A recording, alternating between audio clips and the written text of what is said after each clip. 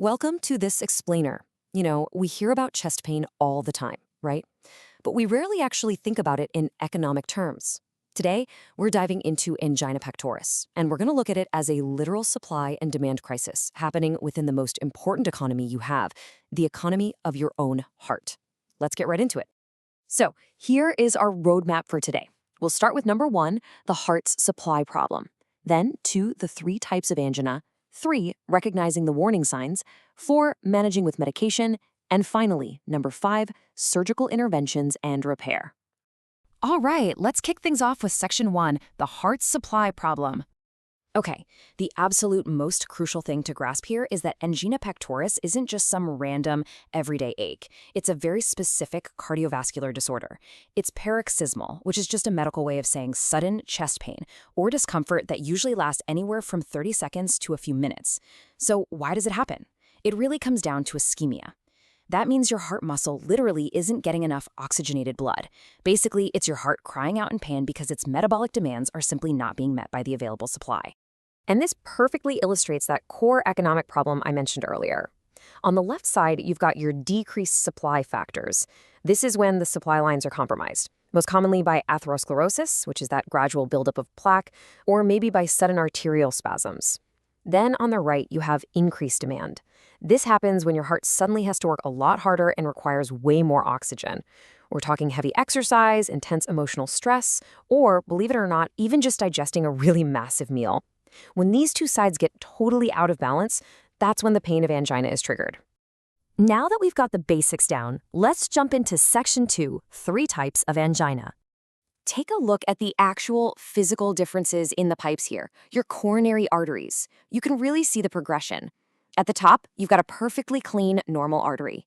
Right below that, in chronic, stable angina, you can see this gradual yellow plaque buildup narrowing the passageway. But then, look really closely at unstable angina. See that angry red mass? That's a sudden blood clot that's formed right on top of the plaque. And finally, at the bottom, there's variant or Prince Metal's angina. This one is wild because it shows a sudden, unpredictable spasm that actually tightens the artery walls themselves, rather than a permanent physical blockage. We really need to pause and highlight unstable angina for a second. Because unlike the totally predictable nature of stable angina, which usually pops up when you exert yourself and fades away when you stop, unstable angina is a full-blown medical emergency. It often strikes when you're completely at rest, just totally unprovoked. It's caused by the sudden rupture of that plaque we were just looking at, which triggers blood platelets to rush in and form a massive clot. It's way more severe, it lasts longer than 30 minutes, and the scariest part, you absolutely cannot fix it just by sitting down and resting. So, how do we actually spot this?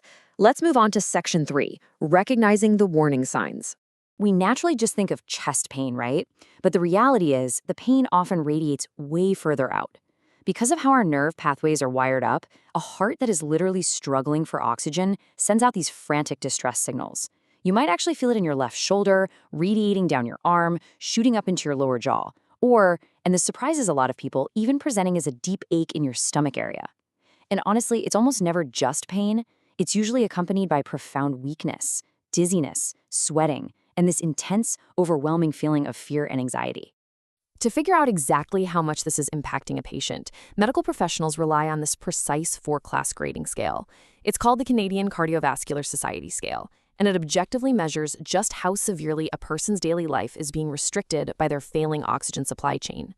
It ranges from class 1, where you'd really only feel symptoms during heavy exercise, like going for a sprint, all the way down to class 4. At class 4, the oxygen supply is just so precarious that a severe attack can happen from the absolute slightest physical stress, even something as simple as sitting completely at rest. Now, to confirm those grades and actually pinpoint the exact location of the blockage, doctors have a few diagnostic tools, but the absolute gold standard? The angiogram. Here's how it works. A cardiologist threads a tiny catheter all the way up into the heart's arteries and injects a special dye. This literally maps out the restricted supply routes in real time on an X-ray. It's pretty amazing because it allows them to see exactly where those biological roadblocks are hiding. Okay, once we know what we're dealing with, how do we treat it? That brings us to section 4, managing with medication. Our pharmacological toolkit is specifically designed to directly attack that supply and demand imbalance we talked about. we can aggressively expand the supply lines using nitrates, like nitroglycerin, to rapidly dilate those blood vessels. Or, on the flip side, we can artificially lower the heart's oxygen demand using beta blockers. These literally tell the heart to slow down and beat with a little less force. We've also got calcium channel blockers to dilate arteries, antiplatelets to stop clots from forming, and statins to reduce cholesterol and actually halt the progression of the plaque itself. But listen, it is absolutely critical to note some really fascinating and strictly enforced chemical rules here. For instance, nitrates are completely contraindicated if you've taken erectile dysfunction meds like sildenafil within 24 to 48 hours. Why? Because that combination can cause a catastrophic, life-threatening drop in blood pressure. Also, remember those beta blockers we just mentioned? They can actually worsen the sudden spasms you see in variant angina, which is exactly why calcium channel blockers are the preferred first choice for that specific type. And here's a crazy fact for you. Just a single low dose of aspirin permanently disables a blood platelet from clotting for its entire 7 to 10 day lifespan. Talk about a mighty little pill. But what happens when meds aren't enough? That leads us to our final part, Section 5, Surgical Interventions and Repair. Let's look at how all this builds into a literal mechanical solution, step by step. This procedure is called a PTCA, or an angioplasty. Doctors physically enter the arterial system, usually going in through the wrist or the groin, and navigate a tiny, deflated balloon right up to the heart. Once they get it perfectly positioned adjacent to the plaque, they inflate the balloon. This literally crushes the blockage flat against the artery wall, instantly restoring that vital supply of oxygenated blood. It's basically plumbing on a microscopic level. You really have to appreciate the genius of the engineering here. I mean, to make sure the artery doesn't just immediately collapse back down after the balloon is taken out, they deploy this tiny metal scaffold called a stent. The balloon expands the stent, embedding it right into the artery wall to permanently reinforce the newly unblocked vessel. And what's really cool is that many of these stents slowly release drugs over several weeks, which stops the area from scarring and re-narrowing. But hey, what if the plaque is heavily calcified? What if it's practically turned to stone and is just way too hard for a balloon to crush? Well, in those really tough cases, surgeons use something called an atherectomy. They essentially bring microscopic power tools right into your artery. We're talking specialized catheters equipped with tiny, high-speed rotating blades or even precise lasers to literally shave or vaporize the stubborn obstruction away. Sounds like science fiction, right? But it is very real. Now, for really extensive multivessel disease, we bring out the ultimate surgical bailout, a coronary artery bypass graft, or a CAB.